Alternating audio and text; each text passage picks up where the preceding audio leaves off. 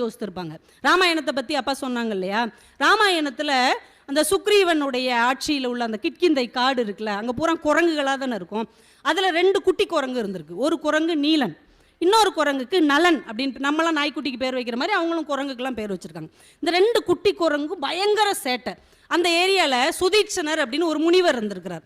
அவர் என்ன பண்ணியிருக்கிறார், இறைவனுடைய சால கிராமத்தை வச்சு டெய்லி சாமி கும்பிடுவார், அதுக்கு தவம் செய்வார்.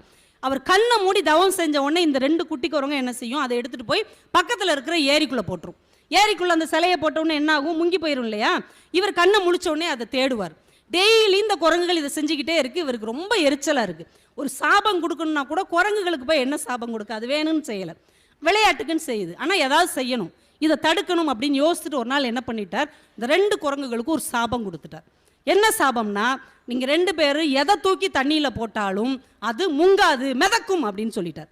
அதுக்கப்புறம் இந்த குரங்குகள் அதை தூக்கி தூக்கி போடுது, மிதக்குது. உடனே இந்த குரங்குகளுக்கு அந்த விளையாட்டு மேலேயே இன்ட்ரெஸ்ட் இல்லாமல் விட்டுருச்சு.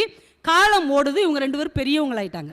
பெரியவங்களாகி சுக்ரீவனுடைய படையில் இவங்க முக்கியமான படைத்தளபதியாகவும் ஆயிட்டாங்க. யார், இந்த நீலனும் இந்த நலன்ற 2 குரங்கும் பெரிய ஆளாகி படைத்தளபதி ஆயிடுச்சு. இப்போ சீதையை தேடி அனுமர் போறாரு. இலங்கைக்கு பாலம் கட்டணும். இப்போ இலங்கைக்கு கடலில் பாலம் கட்டணும்னா எல்லாம் கல்லை தூக்கி தூக்கி எல்லா குரங்குகள் அனுமன் எல்லாம் போடுறாங்க. கல் முங்கி முங்கி போகுது. இப்போ என்ன செய்யறதுன்னு யோசிக்கும் போது சின்ன வயசுல இவங்க வாழ்க்கையில் நடந்த இந்த சம்பவம் ஞாபகம் வருகிறது.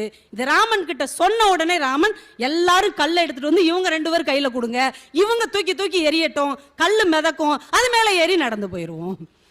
இப்போ சின்ன வயசுல நமக்கு கிடைத்த சாபத்தை கூட ஒரு காலத்தில் வரமாக மாற்ற முடியும் என்று மாற்றி யோசிக்க கற்றுக் கொடுத்தது நம்முடைய இலக்கியம்.